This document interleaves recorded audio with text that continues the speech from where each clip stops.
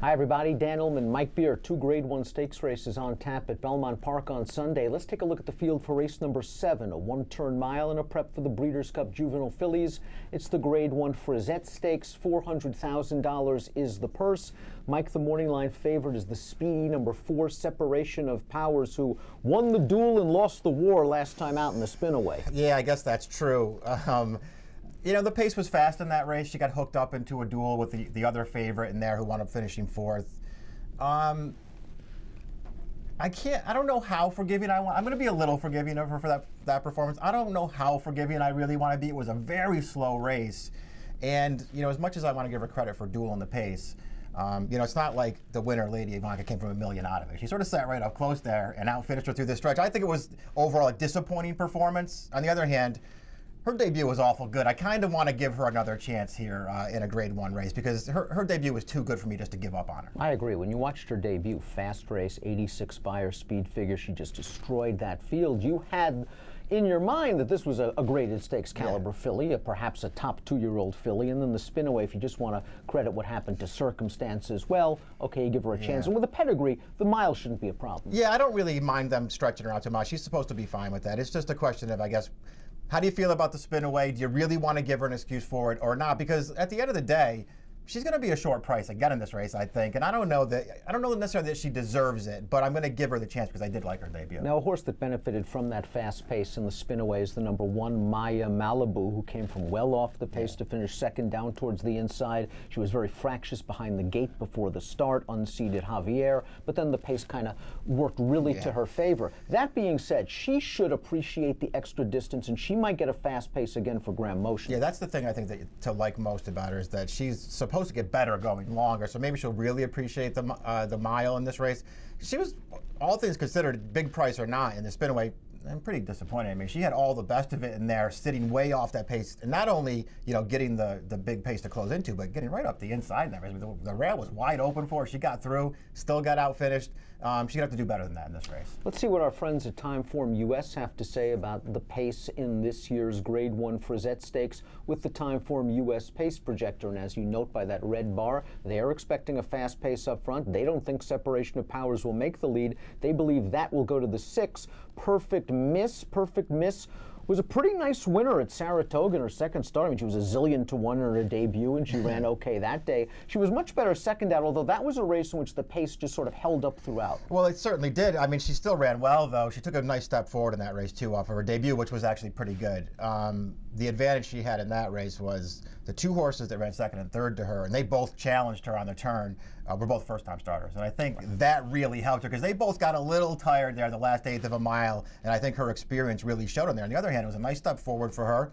She should be fine going the one-turn mile. I think there are things to like about this horse. One thing to like about it, her trainer, Jeremiah Engelhardt. Here is a formulator fact for Perfect Miss, limited positive data. Last out maiden winning 2-year-olds on dirt, 38%, almost a $3 ROI. I think that Separation of Powers is going to be sent out of there to make the lead, but Perfect Miss and Manny Franco have plenty of options with that nice outside stalking post position. Yeah, I actually would be surprised if she was on the lead in this race. I think she'll be up close, but I'll be surprised if she's on the lead in here.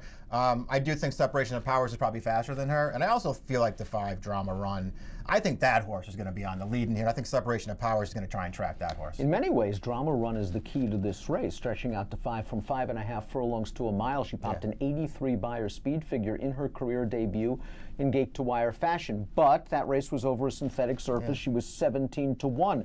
When you watched that race, did you get the feeling that Drama Run was for real, especially stretching out against better horses second out? I thought that she ran well in that race. She was really sharp in there, and not only did I like the way that she finished it, but you know, she took on a challenge in that race off the turn from the odds-on favorite in there, a horse who had already had a race and would already, in fact, run a 70 Buyer speed figure in her first start. She just ran away from that horse. That horse was nowhere at the end, and that horse, of course, came back to win her next start by 7 lengths with another 70 Buyer. So I think she put away a pretty good horse in that race.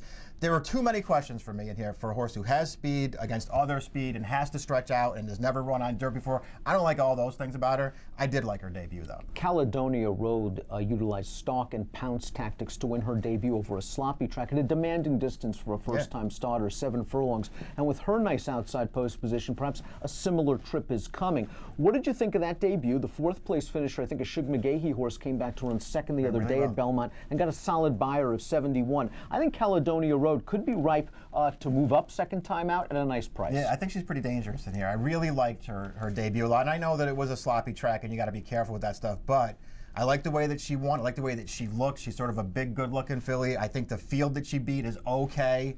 It's not going to be easy for her to win this race, but I think she's a contender, and I'm using her. Critique should have plenty of bottom for this race after 2 7-furlong races at Saratoga. Now, both of those races were off the turf. She won by the length of the stretch last time out with a 78 buyer speed figure, a competitive number. She has Todd Pletcher in her corner. We see from this formulator fact 30% over the past 5 years with debut winning 2-year-olds coming back in there. Is sprinting, going sprint to route 31 to 60 days, not debut winners, maiden winner, 2-year-olds. Good number for Critique to be sure, yeah. But what do you make of these off the turf races? I don't know. I don't love it. I'll put it this way. I thought her debut was, sort of so-so. I wasn't surprised to see her sort of step forward in her next start. Whether I thought she'd step forward that much, I don't know. But I don't like. She ran fine last time. I don't like the field that she beat. I mean, she just took over from a horse who was just stopping on the lead at the top of the stretch, and there was really no running going on behind her. I don't know. Maybe she's one of Pletcher's good ones and she'll win here, but I'm not betting her. Rudy Rodriguez has 2 in here. The 7 Wall of Compassion, a debut winner over a muddy track at Belmont in an off-the-turf race. Well beaten by Pure Silver in the Adirondack. A day where speed in the inside was good. Pure Silver, as a big favorite, was able to get to the lead and wire that field. Yeah. Wall of Compassion tried to go the long way around. Still a little bit slow from a buyer standpoint, but if there's a true barbecue up front, maybe she makes a late run. Yeah, I guess that's what you're hoping for with her, is that she'll catch some pace to come running at here, and that will really help her. She was up against it in a lot of ways in the Adirondack. I still didn't think she ran that well. And even her debut win, I mean, she was fine in there, but I don't know, man. It took her a while to get there. I know it was a wet track, but I'm not so sure that I was thrilled with that race either. Rudy's other runner, the number 3, Strategic Dreams, won first time out by over 14 lengths, only for a maiden $50,000 tag. As we see from this formulator fact, over the past 2 years, debut winners making their second start on dirt, 40%, a 479 ROI.